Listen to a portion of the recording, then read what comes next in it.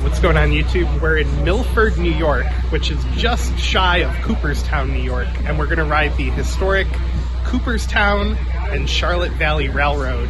Last time we rode this, it was during COVID, and everybody was wearing masks and the train car was pretty empty.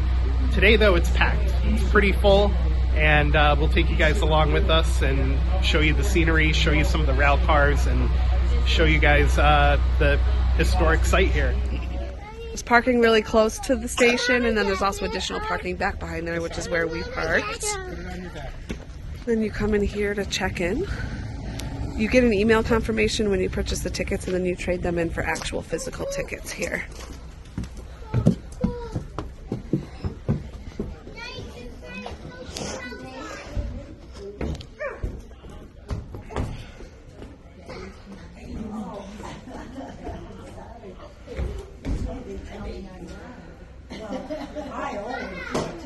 One of the owners, previous owners of the rail line. I thought this thing was broken, but then I saw you could put a quarter in it, and it's actually working. The kids are controlling the train. See, they just made that one stop. My one daughter's got the yellow train, and my other daughter's got the diesel train. Very nice of you. I don't have a place to put it, unfortunately. Oh, he kept Elizabeth's flower so nice. I give them to you on the train, right? That is correct. I'll be around to get them. Yeah, but I don't see it.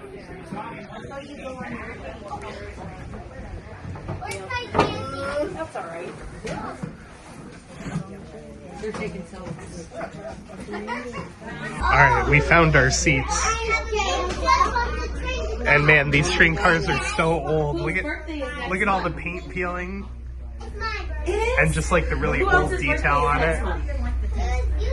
You can see an old number from when it was probably back in service back in the day. And looking out this side of the car, there's like some kind of depot or storage shed over there. They have, I'll zoom in on it, I don't know how good you're gonna be able to see it, but they have a miniature railroad that goes around the area. I don't know if it's in use anymore, but like I'm guessing the model trains would have been on it back in the day. And there's the train depot over there that my wife just showed you guys. And let's take a look on the other side here. So they have some more retired railroad cars down that way. And there's the tracks. And then you can also rent a pedal car here and pedal down the railroad tracks. I want to do that someday. That looks like a lot of fun. And you know what? It's probably good exercise too. And to be completely honest with you guys, I could probably use it. See you when we get back. Sure.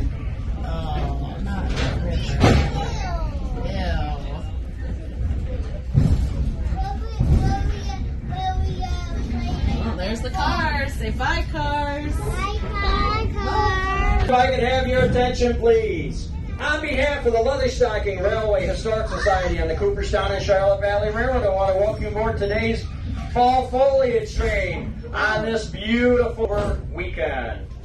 Got some safety rules to go over with you, and then we'll let you know what we have in store for you on today's train. 1969.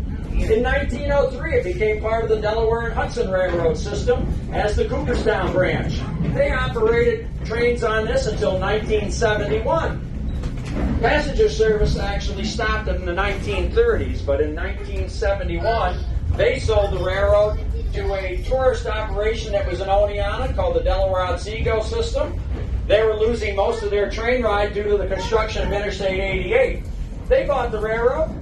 They ran tourist trains like this for a few years and freight, realized there was more money and less hassle doing just the freight business, so they stopped the train ride business. But over the years, most of the customers either switched to trucks or went out of business. So the railroad sat abandoned for about 15 years. The Leatherstocking Railway Historic Society was founded in 1982. We had two goals. One was to save the Little Red Caboose in Oneonta Park, where the Brotherhood of Railroad Trainmen was founded in 1883. The other was to get a railroad museum started in the area because of the rich railroad history we have. One thing led to another, and before you knew it, we owned the entire 16 miles of the Cooperstown and Charlotte Valley Railroad, which we purchased in 1997. And we've been running trains since 1999, with the exception of 2020 and half of 2021 due to the COVID pandemic. I'm going to be coming through and getting your tickets, so please have your tickets out and ready for the conductor. Do feel free to move about the train during today's train ride. And as I mentioned, I will be giving you some more historical facts as we travel further up today's ride up the Upper Susquehanna River Valley. Thank you for your attention. That's Elizabeth. Yeah, that's Elizabeth. Thank you.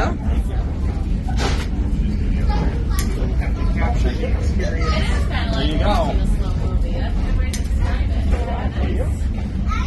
What time do we arrive in Penn Station? Let me tell you, so if we ride Penn Station, somebody's taking a really bad wrong turn. It would be cool, but... I believe this practice facility is called the Field of Dream Park, or Field of Dreams Park.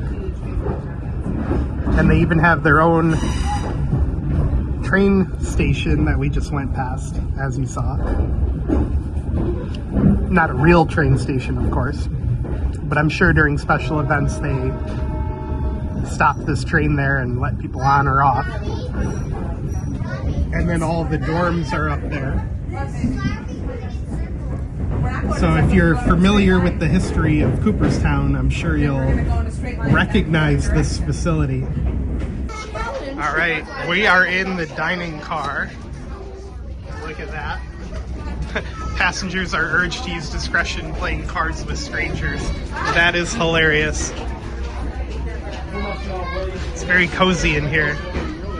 And I know those are probably not original, but I like the lights. Billy's been a member, of course, his brother Paul, who works as And they've got little knickknacks you can buy. Okay. Go back. Come on, Amelia. I got you.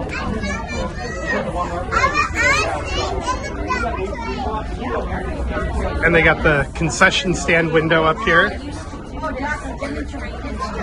Popcorn, $8. Water, soda, juice, chips. And then, oh, God, the train moved. This little hallway right here, if I can walk straight, brings you back to the open car. Now, when we took this trip a couple years ago, this canopy wasn't here, it was more open. But I do like the lighting, it's very festive and party-filled. And the bottom of the wood is very, you can see through to the tracks in a lot of places, like over here. Oh, and that's interesting, the lights click on and off when the train hits a rough patch. But yeah, the open car, very nice. So let's go back and look at the caboose.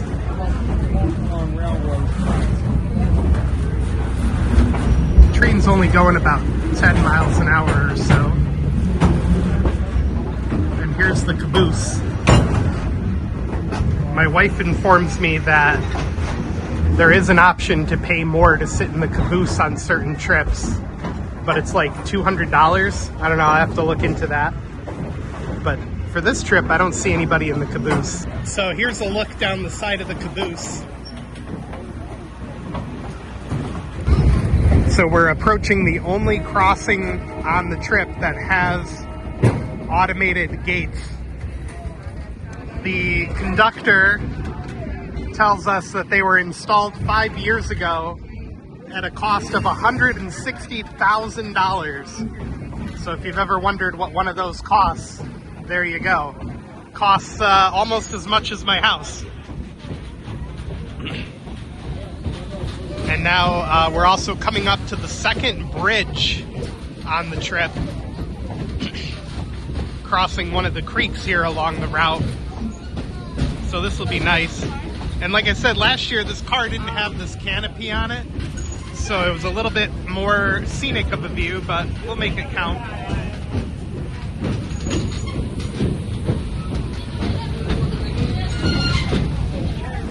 Man, the steel on that bridge has been around a while. We're entering an area now called Phoenix Mills. At one time, Phoenix Mills was quite a good. So at one point that was a 22-acre sawmill facility, and that's all that's left. They produced baseballs, or baseball bats, if you could find that easy to believe.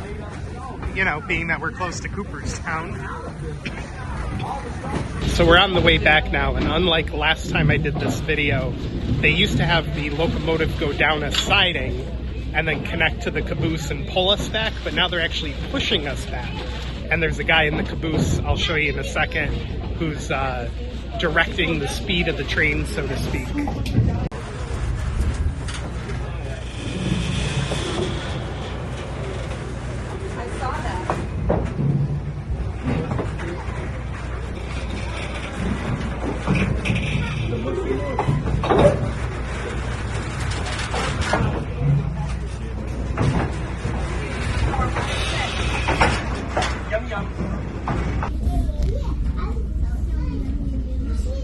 Delicious. How was the train ride? Delicious.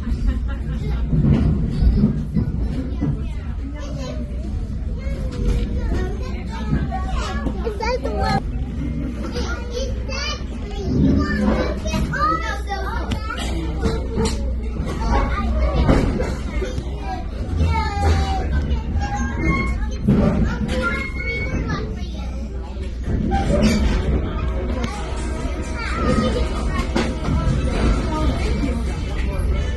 Back to the station we go.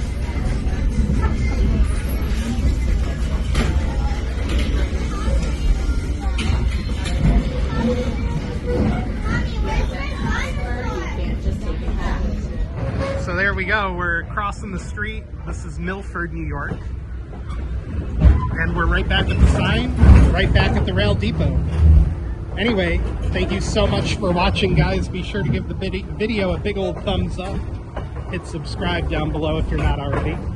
And hey, we'll see you on our next adventure.